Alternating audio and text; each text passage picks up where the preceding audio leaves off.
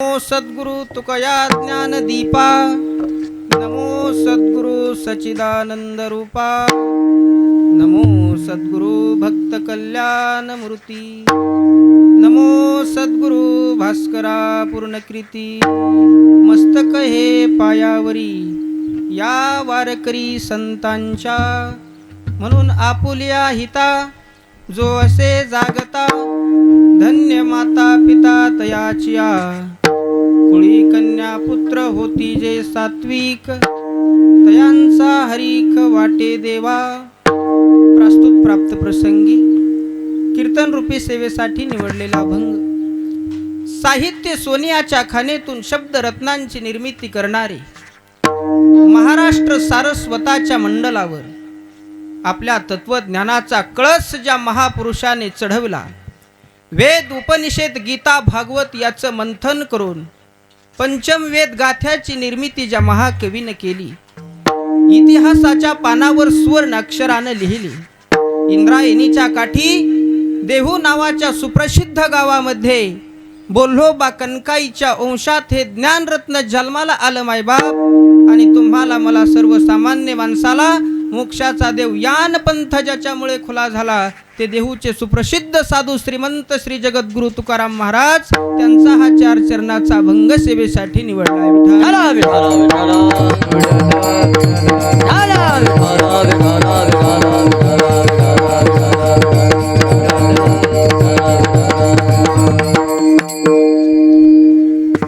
श्रीमंत श्री जगद्गुरु तुकोबराय कोण ओळख करून देतो ऐका। हिंदवी स्वराज्याचे संस्थापक छत्रपती शिवाजी राजे भोसले पाटील यांचे आद्य गुरु श्रीमंत श्री जगद्गुरु तुकाराम महाराज, त्यांचा हा चार चरणाचा अभंग आहे। आणि या अभंगामधून श्रीमंत श्री जगद्गुरु तुकाराम महाराज आपल्या हिताच्या ठिकाणी जो कोणी जागा आहे, ज्याने कोणी हित साधलंय, हित केलंय, हित साधणं, हित करणं म्हणजे काय करणं, की असे सात्विक कार्यक्रम करणं, देवाचं नामचिंतन करणं, खऱ्या अर्थाने हेच हित आहे। याच्या पलीकडे दुसरं कोणतं हित आहे? हित ते करावे देवाचे चिंतन, दुसरं कुठलंच हित नाही। बंगला बांधला म्हणजे हित झालं नाही, गाडी घेतली म्हणजे हित झालं नाही, जमीन घेतली म्हणजे हित झालं नाही। एक तर बंगला बांधला, बंगला पडन नाही तर आपण मरून जाऊ, पण यात हित नाही। हित ते करावे देवाचे चिंतन। मग असं ज्याने कोणी हित केलंय, हित साधलंय, तर त्या हित साधणाऱ्याच्या पोटी जे जन्माला येणारे मुलं मुली आहेत, ते सात्विक कुळात जन्माला येतात। तयांचा हरीख वाटे देवा, पण कुणाचा? ज्यांनी कोणी हित साधलंय, हित केलंय त्यांचा। बरोबर तुकोबराय, देवाला आनंद वाटावा असं ती मुलं मुली काय करतात?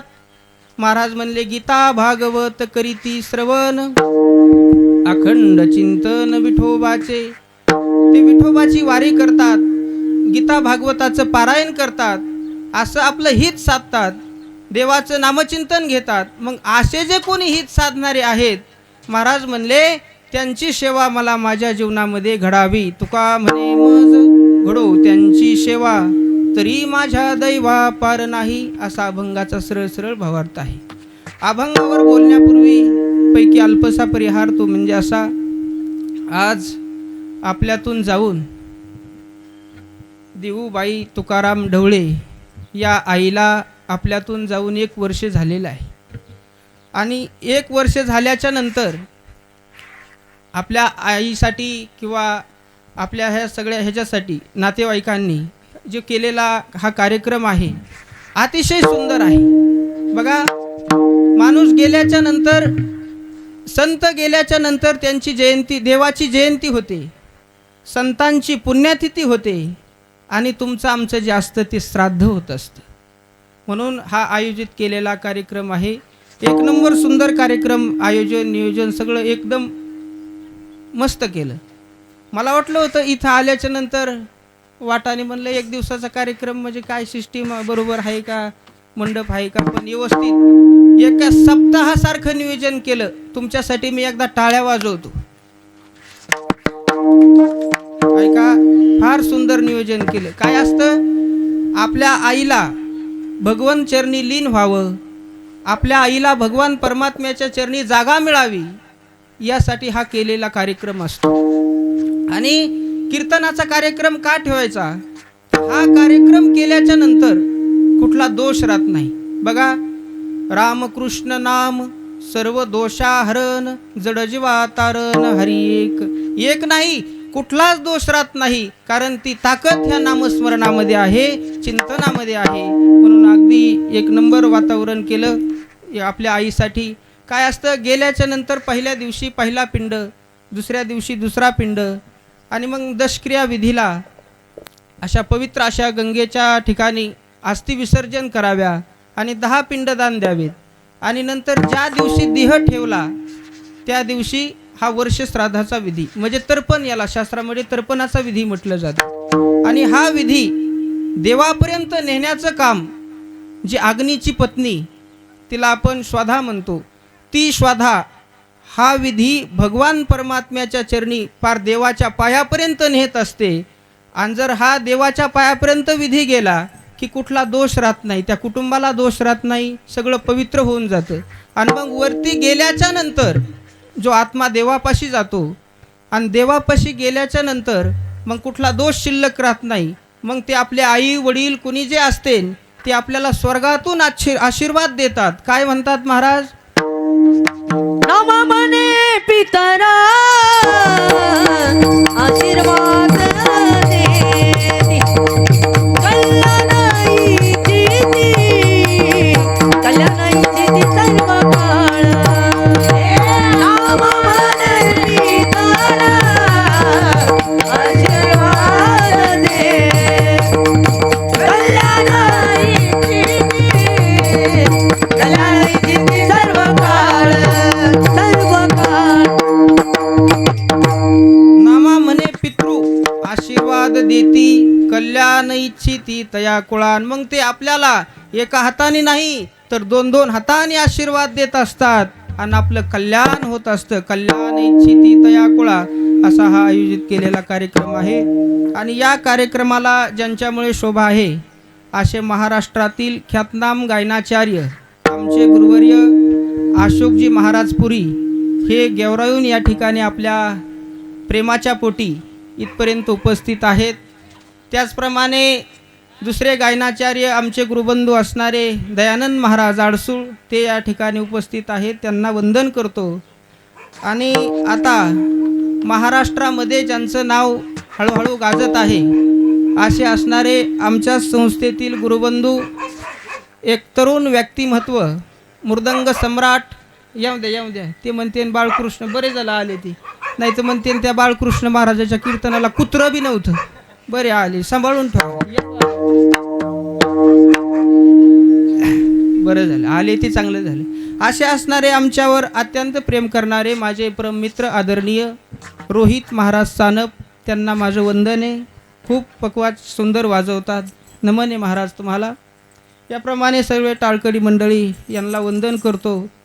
आलेले सर्व पाहुणे मंडळी, काक माम्या मावश्या हे प्रत्येकालाच असतील, सगळ्यांच्या चरणावरती वंदन करतो.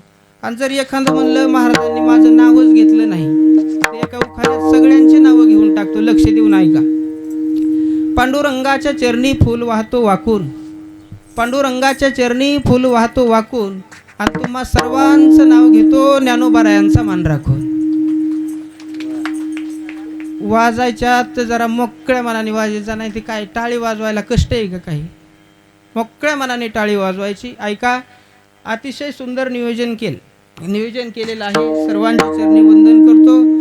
आणि हे विनकरी बाबा दगडाच्या टाळामधून गाईले अभंग, हातामध्ये चिपळी, आणि सुंदर ते भजन नाचून करतात. नाचू कीर्तनाचे रंगी, ज्ञानदीप लावू जगी. वा, वंदने महाराज. असे एकाहुनी असे बळी असणारे या ठिकाणी उपस्थित आहेत. गायनाचार्य, मृदंगाचार्य, विनकरी, टाळकरी. विनकरी बाबा सुंदर आहे, तुम्हाला माझं वंदन आहे, चांगला गण लावलाय. सगळ्यांच्या चरणी वंदन करतो आणि सेवेला सुरुवात करतो. ऐका, महाराज म्हणतात आता गेल्याच्या नंतर बघा, जो माणूस जन्म ज्याला आहे त्याला मरण आहे.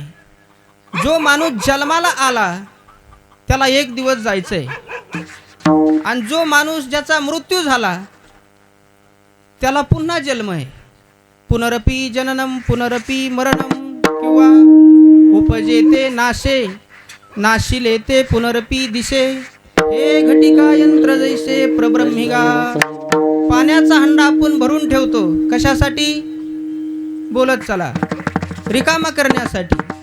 तसा हा आपला पाण्याचा हंडा भरलेला आहे. एक दिवस तो रिकामा आपल्याला सुद्धा करावा लागणार आहे. इथं राहण्यासाठी कोणी आलं नाही. क्या भरोसा है इस जिंदगी का, क्या भरोसा है इस जिंदगी का, क्या भरोसा है जिंदगी का,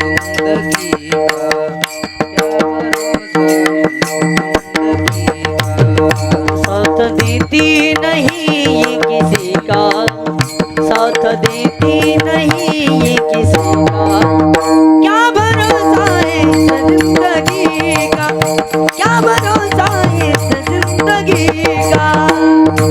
देती नहीं है किसी का, साथ देती नहीं है किसी का. क्या भरोसा है इस जिंदगी का, क्या भरोसा है इस जिंदगी का. साथ देती नहीं है किसी का, क्या भरोसा है इस जिंदगी का. काय भरोसा आहे महाराज? आज आपण बसलोत, उद्या काय होणार आहे कुणालाच सांगता येणार नाही. आणि दादा सिस्टीम फार चांगली आहे. वंदन करतो तुम्हाला. नाही तर काय बाई मोठ्याची केली आणि ऊसतोडीला नेली. आमचं कीर्तन रंगात यायचं आणि त्यांनी शिट्या मारायच्या. पण वंदन आहे तुम्हाला. मस्त माईक सिस्टीम आहे, सगळं व्यवस्थित आहे. ऐका मग, आज जन्म ज्याचा झाला त्याला मृत्यू, आणि ज्याचा मृत्यू झाला त्याला पुन्हा जन्म आहे. आणि बघा, घडी घडी काळ वाट याची पाहे, अजून किती आहे अवकाश, किंवा देहाची गावा आलिया, जन्म मृत्यूची सोहळिया, ना म्हणू नये धनंजया. असे अनेक जगद्गुरु तुकोबरायांचे प्रमाण आहे. जगद्गुरु तुकोबरायांचे प्रमाण, ज्ञानोबरायांच्या ज्ञानेश्वरीचे प्रमाण आपल्याला ओव्या हे सगळं शिकवतात. अनेक प्रमाण आहेत, अजून प्रमाण आहेत. बघा, आयुष्य जात आहे पहा, काळ जपतसे महा, सोहिताचा घोर वहा, ध्यानी रहा श्रीहरीच्या. किंवा आयुष्याच्या साधने सच्चिदानंद पदवी घेणे, किंवा देह जाणार जाणार याशी काळोबा खाणार. अनेक प्रमाण आहेत. कितीही तुम्ही प्रयत्न केले तरी काळ मात्र कधी आपल्याला सोडवत नाही. जब बुलावा आएगा हरी का, जब बुलावा आएगा हरी का, एक ना एक दिन तुझे जाना पड़ेगा, एक ना एक दिन तुझे जाना पड़ेगा, एक ना एक दिन तुझे जाना पड़ेगा. जब बुलावा आएगा हरी का, जब बुलावा आएगा हरी का, एक ना एक दिन तुझे जाना पड़ेगा, एक ना एक दिन तुझे जाना पड़ेगा, एक ना एक दिन तुझे जाना पड़ेगा. प्रत्येकाला जायचंय. राहण्यासाठी कुणी आलं नाही. काळ आपल्याला सोडवत नाही, कुणी सोडवण, पण काळ मात्र आपल्याला कधीच सोडवत नाही. महाराजाचे प्रमाण आहे. महाराज म्हणतात, मेरू तुल्य पृथ्वी दिधल्या सुवर्ण. पृथ्वीच्या जाडीच्या एवढं सोनं आणि मेरू पर्वताच्या उंचीच्या एवढं जरी सोनं त्या काळाला आपण दान दिलं ना, तरी एक सेकंद सुद्धा आयुष्य आपल्याला वाढून देऊ शकत नाही. हा काळाचा नियम आहे. काळ कुणाला सोडवत नाही दादा. काय झालं आता? अशी सभा भरत्यात आपल्या, कशा खासदार आमदाराच्या सभा भरत्यात, बोलत चला, भरत्यात का नाही? जशा सभा भरत्यात, आता इथं जसे तुम्ही आलात, प्रत्येकाच्या गाड्या आपल्या आपल्या गाड्या घेऊन, कुणाची फॉर्च्युनर गाडी आहे, कुणाची इनोव्हा गाडी आहे, कुणाची क्रेटा गाडी आहे, कुणाची थार गाडी आहे, कुणाची शाईन गाडी, अशा ज्या गाड्या आहेत आपण आपले घेऊन येतो सभेला, तसं खासदार आमदार गाड्या सभेला घेऊन आले आणि सभा संपली की जाणार. आपली जशी सभा भरती तशी एकदा स्वर्गामध्ये देवांची सभा भरली. स्वर्गामध्ये मग सगळे देव आले. इंद्रदेव, चंद्रदेव, अग्निदेव, मत्स्य, कूर्म, वराह, वामन, मधुसूदन, हजारो नाव आहेत देवाला. असे 1000 देव एकत्रित आले आणि आपलं आपलं वाहन आणलं. भगवान शंकराने गरुडाचं वाहन आणलं, विष्णूने नंदीचं वाहन आणलं, गणपती बाप्पा उंदरावरती बसून आले आणि त्यांच्यामध्ये लक्ष देऊन ऐका बरं का कथा. हे काय गोळ्या संपल्या म्हणून सांगत नाही, काळ कुणाला सोडवत नाही याच्यासाठी सांगतोय. बघा, जशी सभा भरली आणि त्यामध्ये एक कबूतर नावाचा पक्षी आला. कोण? कबूतर. आणि तो कबूतर, आता तुम्ही म्हणता महाराज कबूतर पक्षी कुणाचा आहे? तर कामदेवाची पत्नी, तिचं नाव आहे रती. त्या रतीचं ते वाहन आहे. आता काय असतं, आपण मुंबई पुण्याला असल्याच्या नंतर आपण काय करतो, आपल्या बायकोला स्कूटी घेऊन देतो की नाही? तुम्ही दिली का? आपण स्कूटी घेऊन देतो आणि ती स्कूटी घेऊन दिल्याच्या नंतर कधी मध्ये ती कुटी आपण बी घेऊन जातो, कारण ती घरातली असल्यामुळे.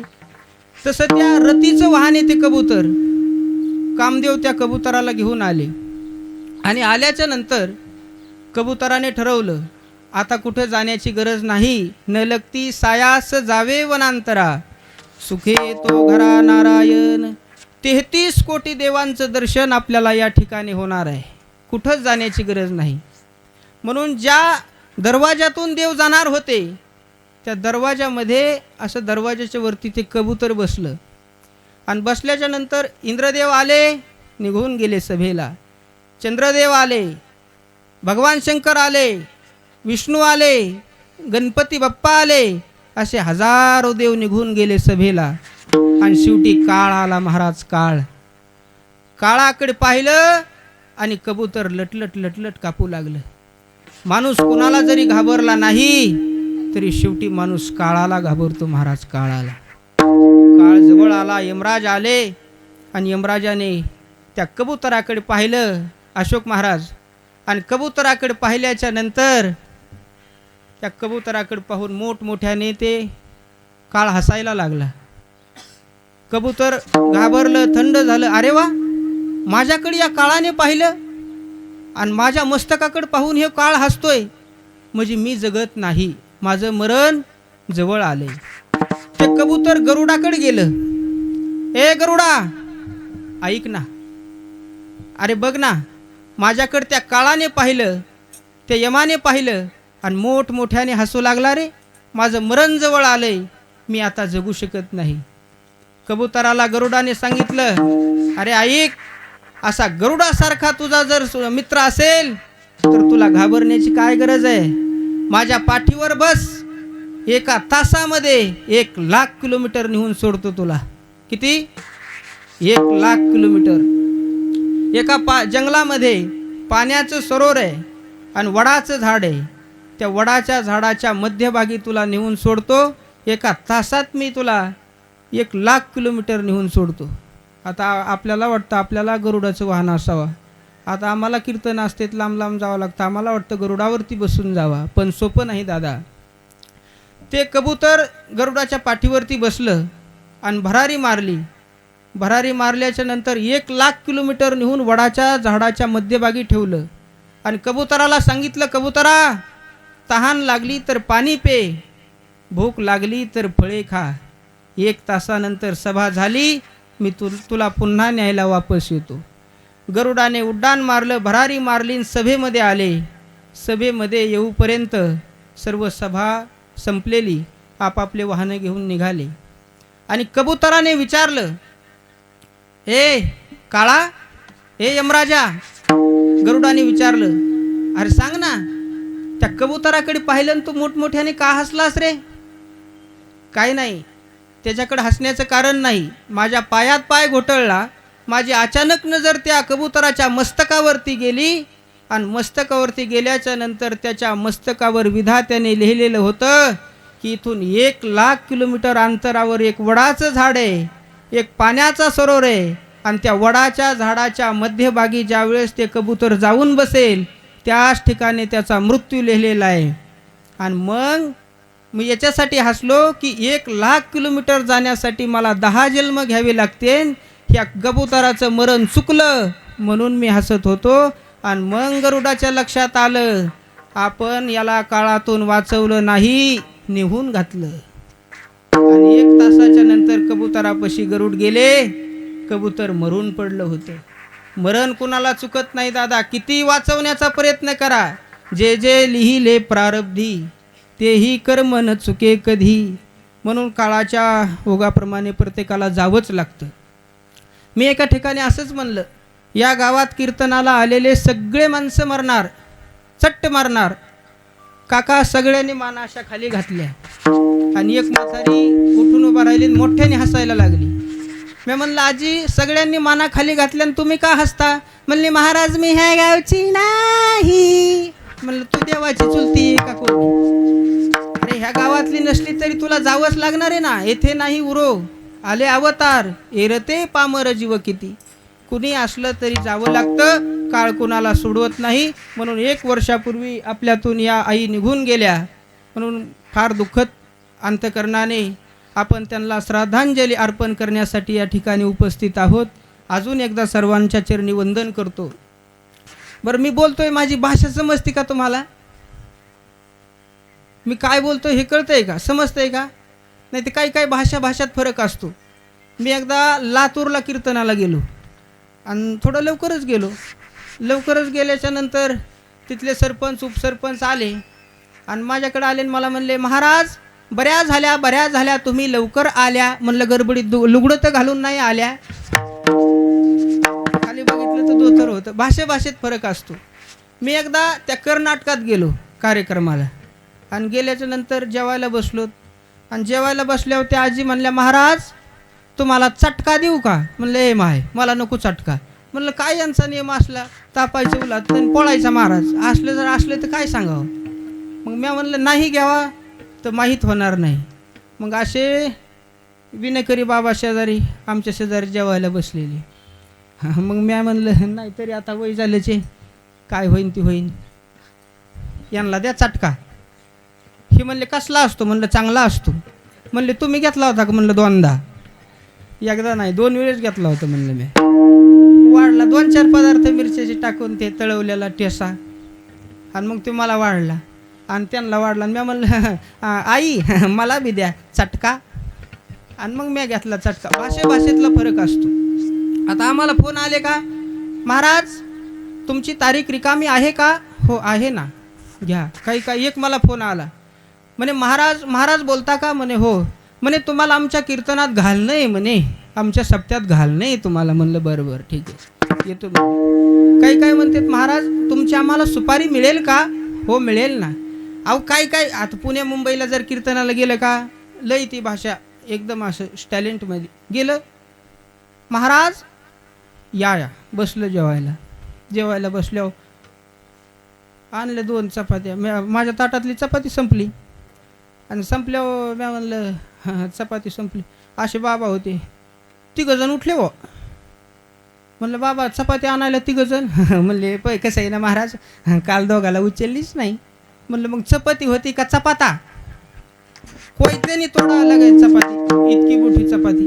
आणि मग आले पुन्हा जेवण झालं. मग अशी बाबा मध्ये, महाराज लोक आहे का नाही काही बी खातेत. म्हणलं, गाढव आहेत काही बी खायला. महाराज लोक काही खातेत, ऐका. आणि पुन्हा गेल्याच्या नंतर, महाराज तुम्ही आलात ना? म्हणलं, हो आलो ना. महाराज तुम्ही जेवण वगैरे घेणार आहात ना? हो खाणार आहे ना. महाराज तुम्ही जेवणामध्ये काय घेणार आहात? म्हणलं, गावऱ्या.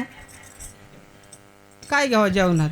म्हणलं, कडवा घेतो, ऊस घेतो, वाढं घेतो आणि नसलं तर एखादी चप्पल तोंडात हाणून घेतो. भाषेतला फरक असतो, ऐका. तसं जगद्गुरु तुकाराम महाराज म्हणजे सगळी संत मंडळी बघा आपल्याला जाग करतात. या जीवाला कशाच्या ठिकाणी जाग करतात? धन दारा पुत्र जन बंधू सोयरे पिशून, या सगळ्यांच्या ठिकाणी आपल्याला जाग कोण करतात?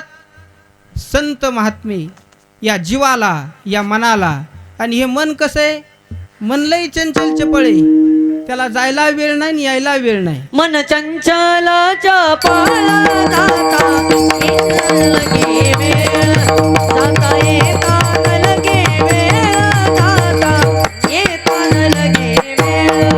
मन चंचल चपळ जाता येता लगे वेळ, जाता येता लगे वेळ, जाता येता लगे वेळ. मन हे चंचल चपळ, जाता येता न न लगे थांब थांब थांब थांब थांब गेलं मुंबईला. त्याला काय टाईम आहे, आलं इथं. मनाला टाईम नाही. मग ह्या मनाला स्थिर करण्यासाठी, मनाला शांत करण्यासाठी कोण करू शकतं? फक्त संत आपल्याला शांत करू शकतात ह्या मनाला, आणि याच मनाला जाग करतात.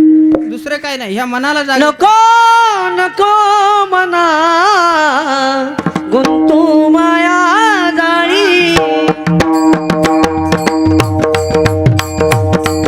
नको नको मना हरी गुंतू माया जाळी.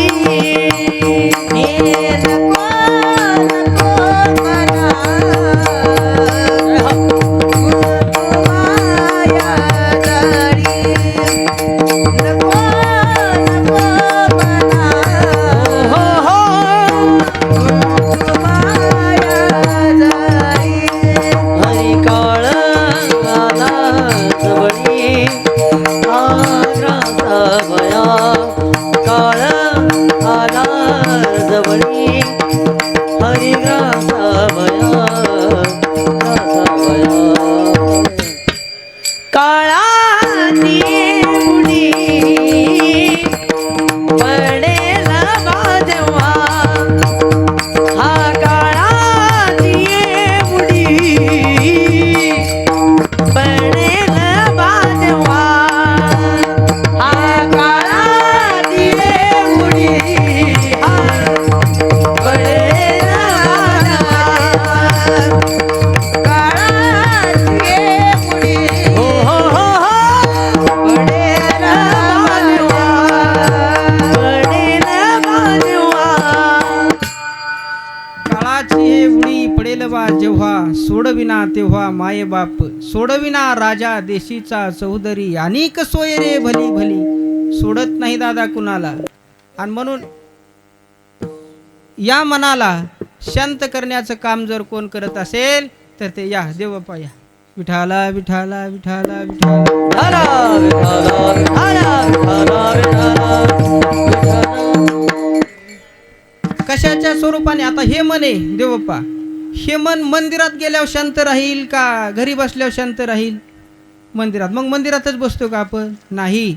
पण ह्या मनाला शांत करण्यासाठी लक्ष देऊ नाही का, जगद्गुरु तुकोबराय, ज्ञानोबाराय या संतांनी गाथ्याच्या स्वरूपाने, ग्रंथ संप्रदायाच्या रूपाने, ज्ञानेश्वरीच्या रूपाने पदापदाला वेळोवेळाला आपल्याला जागं केलंय.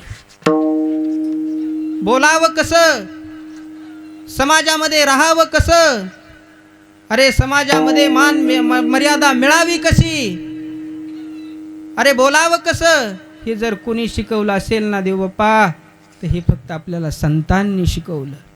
हे मन स्थिर कोणी केलं? तर हे नामचिंतनाने मन स्थिर होतं. संतांनी हे आपल्याला शिकवलं. बघा, बोलावं कसं ज्ञानेश्वरी शिकवते. साचानी मवाळ मिथले आणि रसाळ, शब्द जैसे कल्होळ अमृताचे. आता बोलणं मी काही काही माणसाचं कसं बोलावा, बोलल्याच्या नंतर समोरच्या माणसाला आनंद व्हावा, समोरच्या माणसाच्या चेहऱ्यावर हसू उमलावं. नाही तर काही काही आपण बोलल्याच्या नंतर त्याला रडू येईल असं नाही बोलायचं. माऊली म्हणतात साच आणि मवाळ, साच बोलणं पाहिजे आणि रामकृष्ण हरी म्हणलं पाहिजे, देवाचं नामचिंतन केलं पाहिजे. आता आपण तरी नवीन माणसाची भेट झाली, आपण म्हणतो रामकृष्ण हरी म्हणतो की नाही, राम राम रामकृष्ण हरी जय हरी. पण ह्या महिला मंडळ म्हणतात का काही? का असं ऐकलं तुम्ही? एक महिला दुसऱ्या महिलेला भेटली आणि म्हणली रामकृष्ण हरी, आहे का असं? नाही. म्हणून आता बघा बरं, असं ऐकलं का 2-4 महिला एका जागेवर बसल्यात आणि गपच बसल्यात, इथल्या सोडून बरं का, पिंपरीच्या सोडून, नाही तर म्हणते कोणी आणला होता तो बुवा, इथल्या सोडून. हा, एवढे बी गोळ्या नाही संपल्या माझ्या मना, त्या पिंपरीच्या सोडून. बरं असं ऐकलंय का 4-5 बाया खुरपायला गेल्यात आणि गपच खुरपिलंय, किंवा देवाचं नामचिंतन करीतच खुरपिलंय? नाही. नाही तिथं बाया डोकं लावतात, नाही तिथं. आता काय झालं, आता नवीन लग्न झालं की तिकडे लोणाळ्याला त्याला फिरायला नेतात, जातात का नाही तुमच्याकडे? लोणाळ्याला त्याला. आणि मग लोणाळ्याला नेलं एका जणाने फिरायला. आणि लोणाळ्याला गेल्याच्या नंतर त्या बाईला विचारलं तिच्या मालकाने, बघ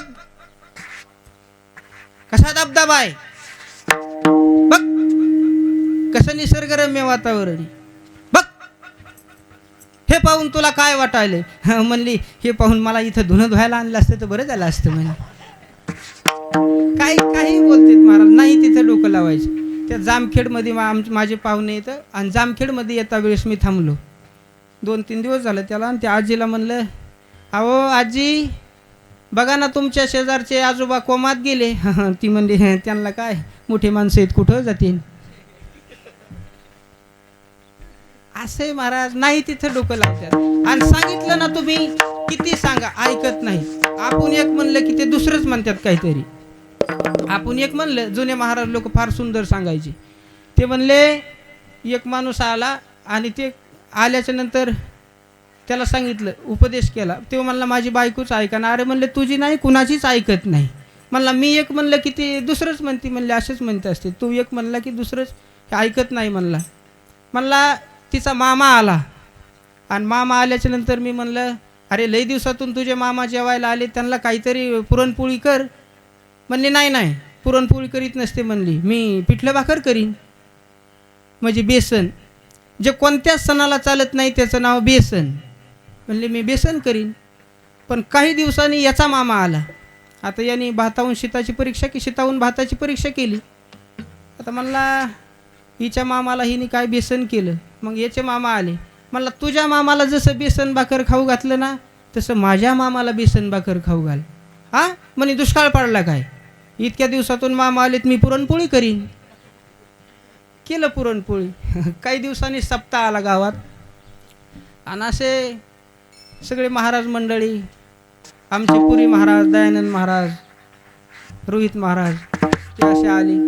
आणि बसल्याच नंतर ते म्हणले, बायकोला म्हणले काय नाही आपला महाराज लोक आहेत, साधा स्वयंपाक कर. नाही म्हणे शताब्दी महोत्सव आहे, 100 वर्षापासून आपल्या गावात सप्ताह आहे आणि हे काय रोजच यायचेत का म्हणले आपल्या घरी. नाही म्हणले मी हे जेवण नसते करीत, मग मी भारीतलं जेवण करीन. आमचे पुरी महाराज म्हणले काका तुमच्यापेक्षा काकींचा स्वभाव मोकळा आहे. ते म्हणे किती मोकळा आहे मलाच माहिती आहे. तुम्हाला जर परीक्षा पाहिजे असली तर सांगतो मी, थोड्या वेळ थांबा. आणि मग असे पात्र वाढायला लागले. पात्र वाढायला लागल्याच नंतर तो मालक म्हणला, अरे पात्र हळू वाढ. म्हणले मी पळतच टाकीन. बरं म्हणला पळत टाकी नका, त्याच्यावर पाय पडन. म्हणले मी तुडून चालन. आणि पेरणी काही दिवसांनी पेरणी शेतात पेरायला गेले. आणि पेरायला गेल्याच्या नंतर असा मोठा पाऊस आला, पेरणी बंद पडली. आणि पेरणी बंद पडल्याच्या नंतर एवढा मोठा पाऊस आला, नदीला पूर आला, भरपूर पाऊस. आवाज देऊन सांगितलं, अरे रामभाऊ नदीला पूर आलाय लवकर ये. तो म्हणला नदीला पूर आलाय पण मला पोहता येत नाही. अरे म्हणे किती वेळ आहे, तुझ्याकडे बैल येत ना. म्हणे हो. मग बैलाच्या शेपटाला धरायचं, बैलाचा गुन्हे पाहुणं, बैलाच्या शेपटाला दोघांनी धरायचं आणि नदीच्या पलीकडे यायचं. पण त्यातला एक बैल लांडा होता, थोडं शेपूट कमी होतं त्याला. आणि तो गडबडीत म्हणला तू काय कर, तू म्हणला लांब शेपटाच्या बैल जो लांब शेपटाचा आहे त्या लांब शेपटाला तू धर, मी आपल्या शेपटाला धरतो. हा नाही म्हणे असं असते काय, माझ्या बापाच्या घरी 12 बैल जोडे आहेत, मला शिकायला लागले काय तुम्ही, याच्याच शेपटाला धरीन म्हणली मी. गेले इथपर्यंत पाणी लागलं.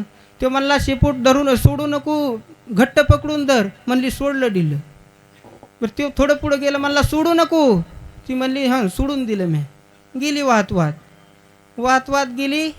आणि थोडा वेळ झाला की त्याने काय केलं, आता नदी आहे ना तुमच्या गावाला इकडे खाली सतीत, ती नदी बरं नसली तरी आणू आपण, काय त्याला कीर्तनात लगेच येते, टाईम लागत नाही. त्या नदीपाशी नदीत गेले. आणि गेल्याच्या नंतर नदी इकडं वाहती आणि तो माणूस इकडं पाहायला लागला. तो म्हणे अरे रामभाऊ काय झालं. काय नाही म्हणे माझी बायको काल वाहून गेली रे. अरे म्हणे नदी इकडं वाहती आणि तू रामभाऊ इकडं काय पाहतो. म्हणे मी तिचा जवळून अभ्यास केला, ती सुईची वाहणारच नाही म्हणला, ती अशी उलटी जाणार आहे म्हणला. ती विठाला विठाला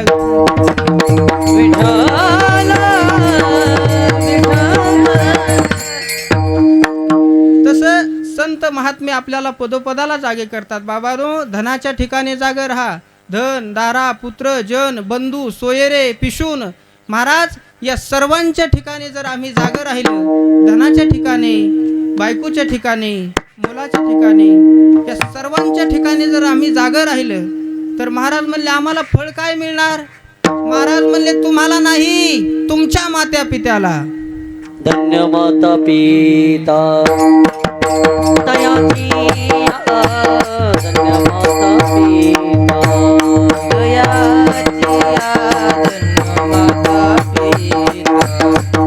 तयाची धन्य माता पिता तयाची धन्य माता पिता मुळी कन्या पुत्र होती जे सात्विका मुळे कन्या पुत्र होती जे सात्विका मुळी कन्या पुत्र होती जे सात्विका कन्या पुत्र होती जे सात्विका तयाचा हरिक वाटे देवा तयाचा हरिक वाटे देवा कन्यपुत्र होती ते सात्विक मुळे कन्यपुत्र होती ते सात्विक कन्यापुत्र होती जे सात्विक कन्यापुत्र होती जे सात्विक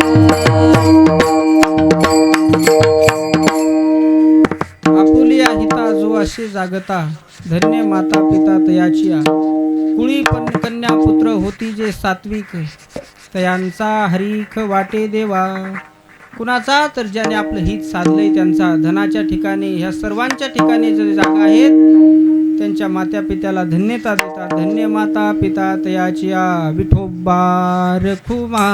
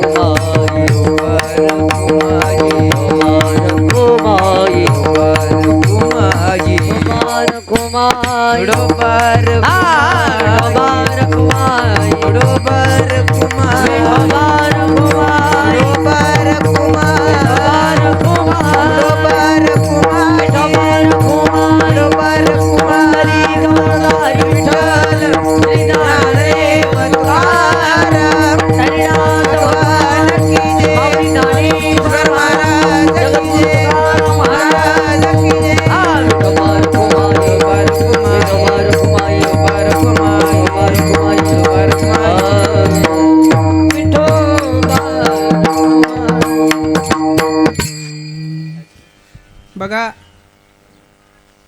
या कुटुंबातून आपल्या आई निघून गेली. आई काय असते दादा ऐका. विठाला विठाला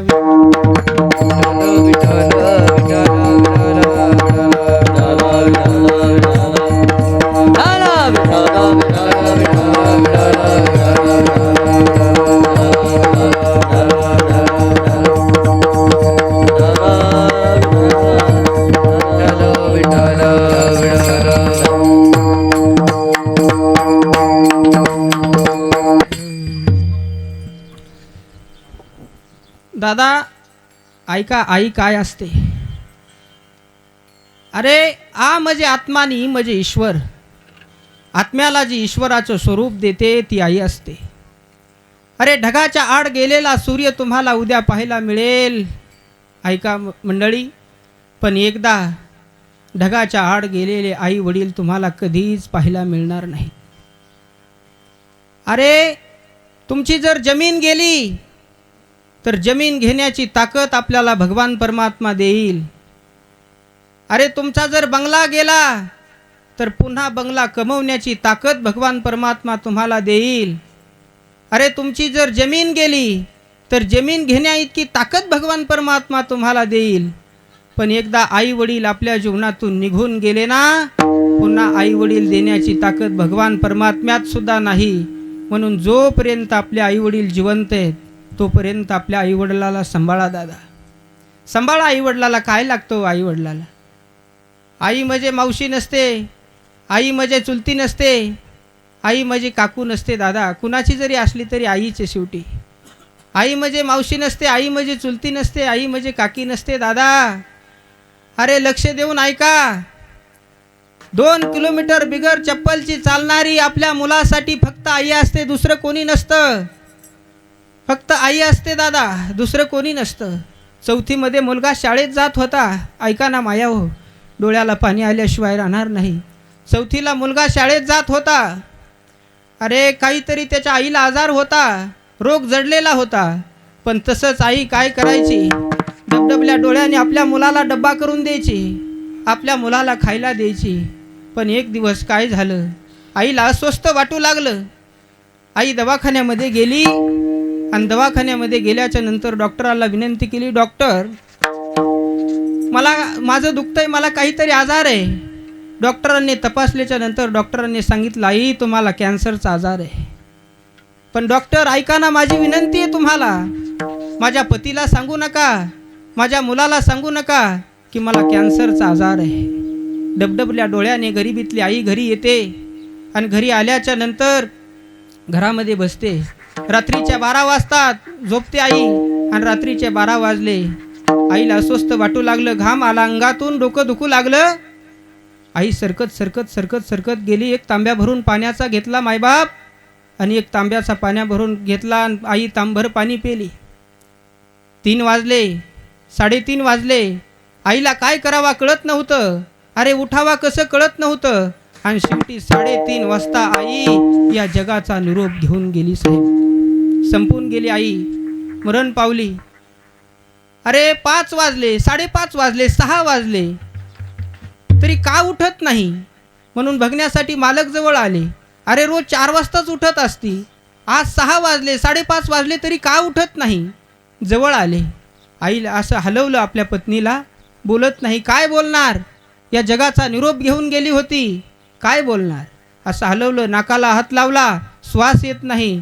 असं पाहिलं, धडधड होत नाही. अरे निघून गेली. शेजाऱ्या पाजारी गोळा झाले आणि निघून गेली. त्या प्रेताच्या जवळ तो 4थीत जाणारा मुलगा आला आणि प्रेताच्या जवळ येऊन उभा राहिला. आणि उभा राहिल्याच्या नंतर विचारलं, ए आई, अगं उठ ना आई, तू मला रोज डब्बा करून देत होती आई, मला शाळेत माझ्या सरांनी लवकर बोलवलंय, आई उठ ना. काय उठणार आई, या जगाला सोडून गेली होती दादा, काय उठणार आई. अगं आई उठ ना, मला शाळेत जायचंय. अगं आई एकदा तरी उठ ना, मला बाळू म्हण नाही. एकदा तरी आई माझ्यासाठी उठ ना ग, मला बाळू म्हण नाही. नाही नाही, काय बोलणार, या जगाला सोडून गेलती. अरे एकदा जीवनातून आई निघून गेली तर पुन्हा आपल्याला आई मिळणार नाही. तुमच्या वडिलाला बायको मिळेल, पत्नी मिळेल, पण तुम्हाला आई मिळणार नाही. 6-4 महिन्याचा कालावधी निघून गेला मायांनो. आणि 7 महिन्याच्या नंतर सावतर आई घरामध्ये आली देवप्पा. आणि घरामध्ये आल्याच्या नंतर पाहिलं, मुलाचा छेड सुरू झाला. अरे सकाळचं अन्न संध्याकाळी देत होती, संध्याकाळचं अन्न सकाळी खायला देत होती. डबडबल्या डोळ्याने तो मुलगा खात होता. त्या वेदना सहन होत नव्हत्या. आपल्या आईच्या फुटूपशी जायचा आणि, ए आई मला का सोडून गेली, आई माझा छळ होतोय ग, आई माझ्या पोटामध्ये अन्नाचा कण नाही, बघ ना आई, मला एकदा बोल नाही. पण फुटू काय बोलणार. आणि एक दिवस बापाने विचारलं, बाळू अरे पहिली आई खरी होती का ही आई खरी आहे. सांगितलं, ऐक बाबा, माझी पहिली आई खोटी होती, ही आई खरी आहे. अरे असं काय म्हणतोस, तुझा छेड करते, सकाळचं अन्न संध्याकाळी खायला देते, संध्याकाळचं अन्न सकाळी खायला देते, तू म्हणतो ही आई खरी आहे. नाही बाबा ऐका, मी क्रिकेट खेळायला जायचो बाबा, आणि माझी आई सांगायची, बाळू तुला जर उशीर झाला तर 1 तास जरी उशीर झाला तरी मी तुला जेवण देणार नाही. पण बाबा मला 4 तास जरी उशीर झाला ना तरी माझी आई जोत्यावर बसून असायची आणि मला पाहिलं की मला कवटाळून मिठी मारायची आणि मला जेवण खाऊ घालायची ती माझी पहिली आई होती. आणि आताची जी आई आहे, मला 15 मिनटं जरी उशीर झाला ना तरी मला आई जेवण देत नाही. बाबा 3 दिवसापासून उपवासी आहे बाबा तुमचा मुलगा, 3 दिवसापासून अन्नाचा कण पोटात नाही. एक दिवस त्या सावत्राईने सांगितलं, बाळू अरे खातोस का रे निस्ता मेल्या, त्या ठेवणीतली भारीतली साडी घे आणि माझ्या साडीला इस्त्री करून दे. आई मला इस्त्री येत नाही करता. अरे मग मेल्या खातो का तू, तुला काय येतं. धमकावलं आईला. आईने त्या मुलाला आणि घेतल्याच्या नंतर ती साडी भारीतली ठेवणीतली साडी घेतली. डबडबल्या डोळ्याने पाणी येत होतं डोळ्यातून. त्यांनी ती साडी टेबलवर आथरली, इस्त्री लावली. लालबुंद इस्त्री इष्ट्यासारखी गरम झाली. तेवढ्यामध्ये त्याचा मित्र आला. बाळू अरे तुझ्या वर्गपाठाची वही मला पाहिजे, तुझ्या गृहपाठाची वही मला पाहिजे, दे ना. गृहपाठाची वही आणण्यासाठी मायानो तो बाळू नावाचा मुलगा घरामध्ये गेला. आणि घरामध्ये गेल्याच्या नंतर त्याने ती वही आणली आणि त्याला उशीर झाला यायला. तोपर्यंत ती विस्तरी लाल झाली, इष्ट्यासारखी विस्तरी लाल तापून झाली. आणि त्याने त्या भारीतल्या ठेवणीतल्या साडीवरती ती इस्त्री ठेवली. ठेवल्याबरोबर ती भारीतली महागडी साडी जळून गेली. नागिनीसारखी फनफन करत आई आली. अरे तुला येत नाही तर करतोस कशाला, तू खातो का रे. अरे तू माझी भारीतली ठेवणीतली साडी जाळलीस, तुला काहीतरी शिक्षा व्हायला पाहिजे, खाली वाक. त्या मुलाला बाळूला वाटलं खाली याच्यासाठी वाक म्हणत असेल, झाडून घे म्हणत असेल, काहीतरी काम कर म्हणत असेल, नाही तर फरची पुसून घे म्हणत असेल. त्या आईने खाली वाकवलं. त्या मुलाच्या अंगावरचा शर्ट वर केला आणि लालबुंद झालेली इस्त्री त्या मुलाच्या पाठीवरती ठेवली. पूर्ण साल निघून गेली अंगाची, दाह झाला. आणि त्या आपल्या आईच्या फोटोपाशी गेला. आई बघ ना ग, माझ्या अंगाची साल निघून गेली, मला वेदना होत आहेत आई, मी काय करू आई, बघ ना माझा किती छेळ चाललाय आई, काय करू मी. हे ईश्वरा, देवाकडे पाहिलं, हे देवा, हे ईश्वरा, अरे तुला तर कनवाळू म्हटलं जातं, तुला करपाळू म्हटलं जातं, बघ काय ही दयनीय अवस्था केली, मला आई दे ना. त्यावेळेस देवाने सांगितलं, ऐक, गेलेली जमीन घेण्याची ताकद भगवान परमात्मा तुला देईल, गेलेली गाडी घेण्याची ताकद भगवान परमात्मा तुला देईल, गेलेली जमीन घेण्याची ताकद तुला भगवान परमात्मा देईल. पण या जगातून एकदा आई आणि वडील निघून गेले ना तर ती आई वडील परत देण्याची ताकद सुद्धा माझ्याकडे नाही. आई बाप अशी आई असते. आई म्हणजे चुलती नसते, आई म्हणजे मावशी नसते. ऐका मायानो, जोपर्यंत तुमच्या माहेरामध्ये माय जिवंत आहे ना तोपर्यंत तुमच्यासाठी सुखाचा समुद्र आहे. एकदा मायबाप तुमच्या जीवनातून निघून गेले, तुमची माहेरातली आई निघून गेली ना, तुमच्यासाठी सुखाचा समुद्र आटला. अरे ज्याला हात नाहीत त्याला हाताची किंमत विचारा, ज्याला पाय नाहीत ना त्याला पायाची किंमत विचारा, ज्याला डोळे नाहीत त्याला डोळ्याची किंमत विचारा, आणि ज्याला मायबाप नाहीत त्याला मायबापाची किंमत विचारा. ऐसी कैवाळ्याची जाती, ऐसी कैवाळ्याची जाती, ऐसी कैवाळ्याची जाती, ऐसी कैवाळ्याची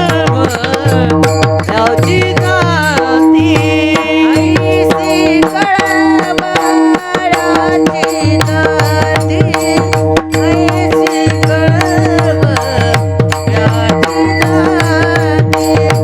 ऐसी कैवाळ्याची जाती, ऐसी कैवाळ्याची जाती. करीला भाविना प्रीती, करीला भाविना प्रीती,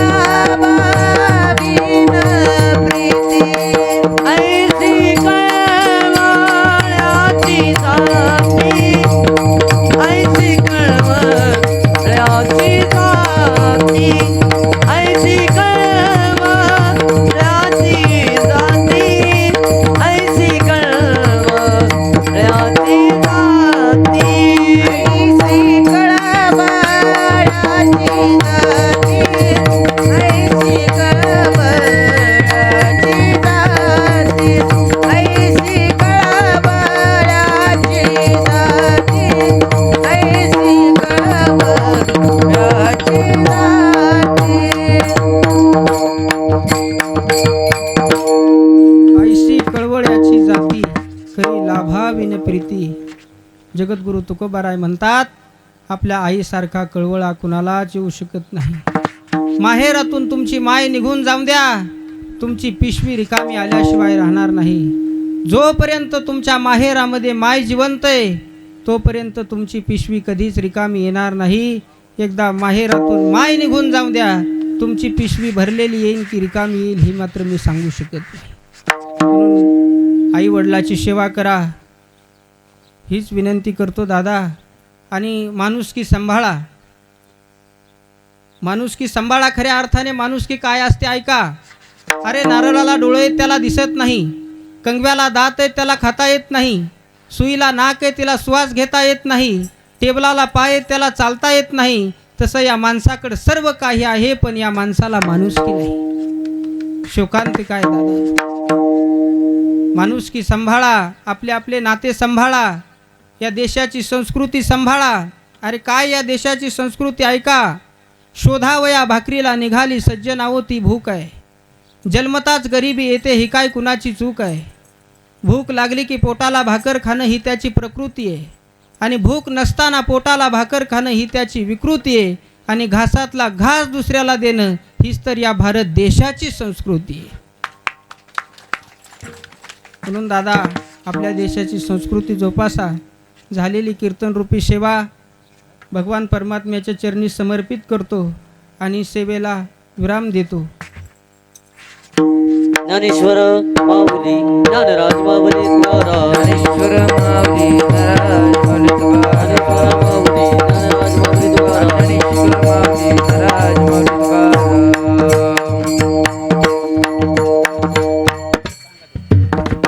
फुले वाटा पुंडलिक वरधारी विठ्ठल होईल.